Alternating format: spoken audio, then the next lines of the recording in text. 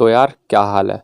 तुम लोगों ने इन दिनों बहुत सारा कमेंट किया था कि भाई एंग्जाइटी हार्ट पाल्पिटेशन में वीडियो बनाओ, एंग्जाइटी हार्ट पाल्पिटेशन में वीडियो बनाओ। तो आज इस वीडियो में मैं आपको बताऊंगा कि एंग्जाइटी में मुझे हार्ट पाल्पिटेशन कितने दिनों तक रहे थे, मैंने कैसे कैसे हार्ट पाल्पिटेशन एक्सपीरियंस किया था और मैंने इसे कैसे ठीक किया था। तो आज की इस वीडियो में आपको हार्ट पाल्पिटेशन से रिलेटेड सारे क्वेश्चन के आंसर मिल जाएंगे। तो वीडियो को पूरा देखना और चलो फिर करते हैं वीडियो स्टार्ट। तो यार एंग्जाइटी में हार्ट पाल्पिटेशन बहुत ही कॉमन है। अगर 100 लोगों को एंग्जाइटी है तो उसमें से 99 लोगों ने एक ना एक बार हार्ट पाल्पिटेशन ज़रूर एक्सपीरियंस किया होगा। एक ना एक बार क्या, मुझे लगता है कि 100 में से 100 लोगों ने एक्सपीरियंस किया होगा हार्ट पाल्पिटेशन, क्योंकि एंग्जाइटी के स्टार्टिंग सिम्टम्स यही है, हार्ट पाल्पिटेशन।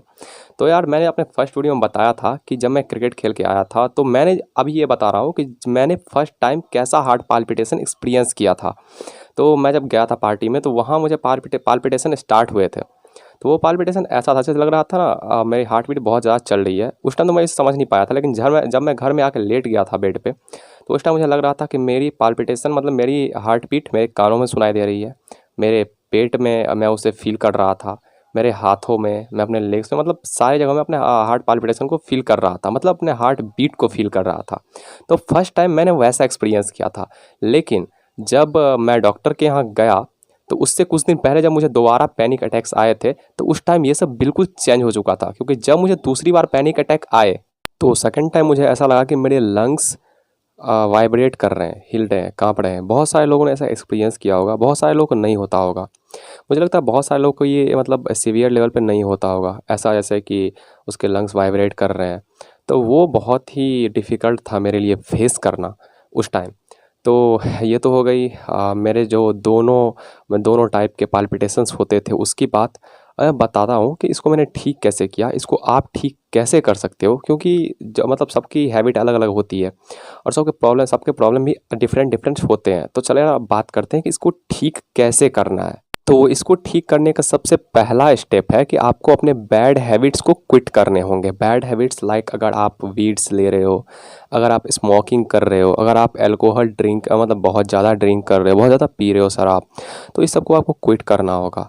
अब अगर आप डार्क चॉकलेट भी, अब बहुत सारे लोग के मन में बहुत ज़्यादा मिथ्स है ये कि डार्क चॉकलेट खाने से डोपामाइन इंक्रीज़ होता है और उससे हमें थोड़ा अच्छा फील होता है। लेकिन वो ना परमानेंट सॉल्यूशन नहीं है किसी भी चीज़ के लिए, वो एक टेम्पररी सॉल्यूशन है और वो मतलब ज़्यादा लॉन्ग टर्म में वो साइड इफ़ेक्ट्स ही होती है उसकी, और उससे कुछ परमानेंट सॉल्यूशन नहीं मिलता है। तो सबसे पहले आपको तो ये सारे क्विट करने होंगे। अगर आप बहुत ज़्यादा कैफ़ीन लेते हो तो आपको वो क्विट करना, मतलब जो आपको लगता है कि बैड हैबिट्स जो नहीं करने चाहिए, आपको घर वालों से छुपा के करते हो या फिर घर वाले को दिखा कर भी करते हो, लेकिन वो बैड हैबिट्स है, तो उसको आपको सबसे पहले क्विट करना होगा। मैं बात करूँ अपनी, तो मैं ये सब करता ही नहीं था। ना मैं टी पीता हूँ, ना मैं कॉफ़ी पीता हूँ, ना स्मोकिंग करता हूँ, मैंने आज तक ये सब टच भी नहीं किया है।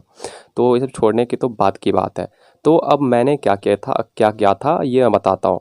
अब ये सब तो हो गया वो वाली बात जो आपको मतलब छोड़नी है, अगर आपको हैबिट्स है तो। अगर आपको हैबिट्स नहीं है तो फिर कोई बात ही नहीं, तो फिर बहुत बहुत अच्छी बात है। तो अब आपको फर्स्ट स्टेप क्या करना है कि आपको मतलब अगर हार्ट पाल्पिटेशन ठीक करना है, तो उसका फर्स्ट स्टेप है रिलैक्सेशन टेक्निक।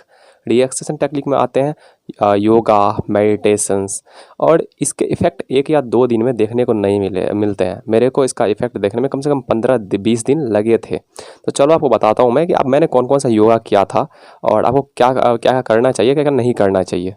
तो फर्स्ट योगा जो मैंने किया था उसका नाम है अनुलोम विलोम। आप में से बहुत सारे लोगों को इसके बारे में पता होगा, खासकर जो एंग्जाइटी होता है वो लोग बहुत सारे इसके बारे में सर्च करते हैं कि एंग्जाइटी ठीक करने के लिए योगा। तो ये फर्स्ट योगा मैंने किया था और बहुत सारे लोग इससे बेनिफिट नहीं मिलते हैं, लेकिन बेनिफिट आपको तभी मिलेंगे जब आप सारी चीज़ों को फॉलो करोगे। जैसे मैंने बहुत सारी चीज़ों को मैंने फॉलो किया था, बहुत सारी चीज़ों को मैंने क्विट किया था। जो मैंने बताया आपको कि उसको क्विट करना है तो उसको क्विट करना ही होगा आपको।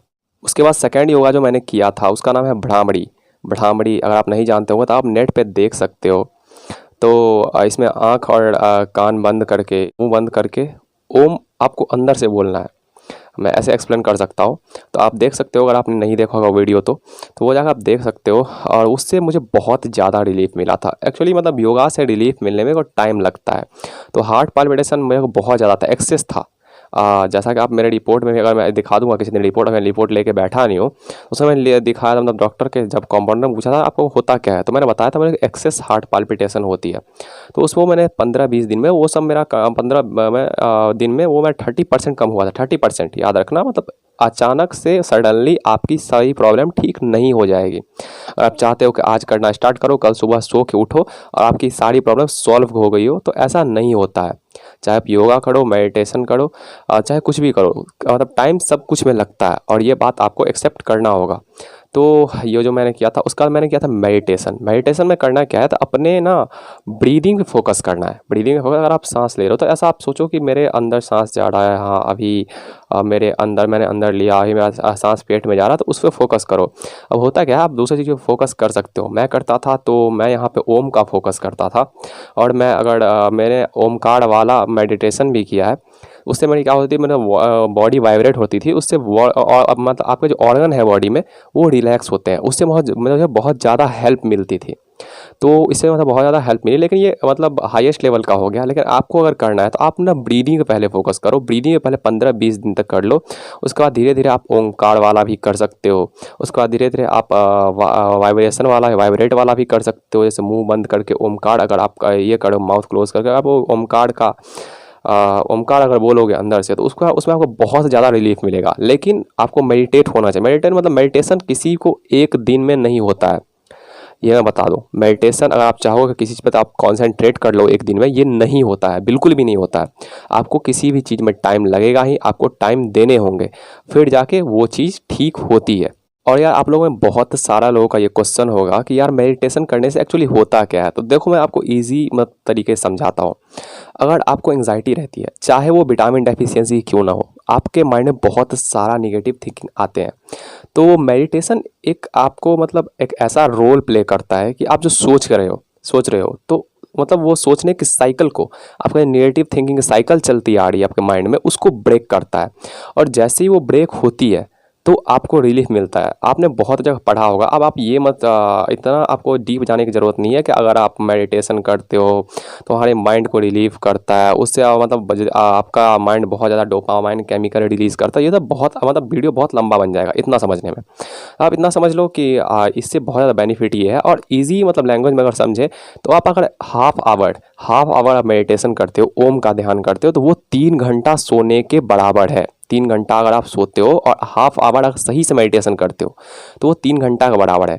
लेकिन ये मैंने बोला है सही से मेडिटेशन, और सही से मेडिटेशन करने में बहुत टाइम लग जाते हैं, क्योंकि मेडिटेशन की प्रैक्टिस करना बहुत ही मुश्किल है और इतना जल्दी ये हो भी नहीं पाता है।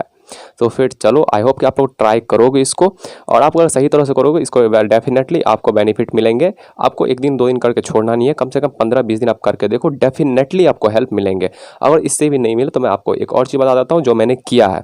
और सेकेंड चीज़ जिसे मैंने यूज़ किया था हार्ट पाल्पिटेशन ठीक करने के लिए, वो है अश्वगंधा। ये मैंने लिया था कम से कम 3 मंथ तक, और इससे मुझे 70% रिलीफ मिला। 70%, 30% सोचो, अभी 30% अभी और है ही। और जो मेरे प्रीवियस वीडियो देख रहे हैं उनको पता होगा कि मुझे विटामिन डेफिशिएंसी थी, उसके वजह से एंग्जाइटी डेवलप हुई थी। तो उसके वजह से वो 30% मेरा तभी सॉल्व हुआ जब मेरी विटामिन B12 और D3 की डेफिशिएंसी सॉल्व हुई। बाकी मेरा 70% मेरा योगा और अश्वगंधा से सही हुआ। अश्वगंधा आप रात को सोने वक्त जब सोने जाते हो तब आप हाफ चम्मच ले सकते हो। अब बड़ा स्पून से, छोटा स्पून है अगर तो 1 चम्मच आप ले सकते हो। और डेफिनेटली मानो अश्वगंधा आप अगर 3 मंथ लेते हो तो ये बहुत ही ज़्यादा बेनिफिशियल है। अश्वगंधा के बहुत सारे फ़ायदे हैं, बहुत सारे फ़ायदे हैं जो मैंने जो एक्सपीरियंस किया है। फ़ायदे तो आप बहुत ज़्यादा गिनवा देंगे अगर जाओगे अब यूट्यूब पे देखने अश्वगंधा क्या फ़ायदे हैं, लेकिन जो मैंने एक्सपीरियंस किया है इससे अगर नींद जो है आपको अगर नींद की प्रॉब्लम है तो ये इम्प्रूव होती है, सबसे पहली बात। अगर दूसरी बात आप समझो, जैसे ही आपकी नींद इम्प्रूव होगी तो आपकी वैसे ही मतलब एंग्जाइटी जो है वो आपको कम हो जाएगी, ऑटोमेटिकली कम हो जाएगी। उसके बाद ये सही तरीके से हमारे मतलब नेचुरल तरीके से हमारे माइंड में कुछ केमिकल भी बैलेंस करते हैं जो कि एंग्जाइटी इम्बैलेंस हो जाते हैं। तो ये अश्वगंधा का रोल है। बाकी मैंने मेधावटी भी यूज़ किया था, लेकिन इसके बाद लेकिन आप अगर ये दो कर लोगे, मैं अभी हार्ट पाल्पिटेशन के लिए बता रहा हूँ, अगर आप ये दोनों कर लोगे तो आपके हार्ट पाल्पिटेशन आप 3 मंथ में 90% ठीक हो जाएगी। अब बाकी मैं अपने हर वीडियो में बोलता हूँ कि अगर आपको विटामिन B12 विटामिन D3 की डेफिशिएंसी है तो आप एक बार जाकर चेक करवा सकते हो, उसके वजह से भी आपकी सारी प्रॉब्लम हो सकती है। ब्रीथलेसनेस, उसके बाद फिर हार्ट पाल्पिटेशन, उसके बाद एंग्जाइटी, डिप्रेशन, सब कुछ हो सकता है। मैंने बहुत सारे नेगेटिव कमेंट भी देखे हैं, इसलिए मैं नेक्स्ट वीडियो तो बस Q&A वीडियो पे ही आएगी, जिसमें से कुछ मैं क्वेश्चन पिक करूँगा, उसके आंसर दूंगा। तो फिर चलो नेक्स्ट वीडियो में मिलते हैं। आई होप कि आपको ये वीडियो अच्छा लगा होगा। अगर अच्छा लगा तो वीडियो कर दो लाइक, और आपको कुछ क्वेश्चंस है तो आप कमेंट में बता सकते हो। हाँ, मुझे पता है कि मैं रेगुलर अभी नहीं रह पा रहा हूँ, क्योंकि मुझे कुछ काम चल रहा है, कुछ रिलेटिव के यहाँ कुछ जाके फंक्शंस भी है, तो उसको मैं थोड़ा इधर उधर हो जाता हूँ। तो फिर चलो मैं ट्राई करूँगा कि 2-3 दिन में Q&A वाला वीडियो आ जाए। तो फिर चलो यार, आई होप कि आप लोग जल्दी से जल्दी ठीक हो जाओगे। मिलते हैं नेक्स्ट वीडियो में। राम राम।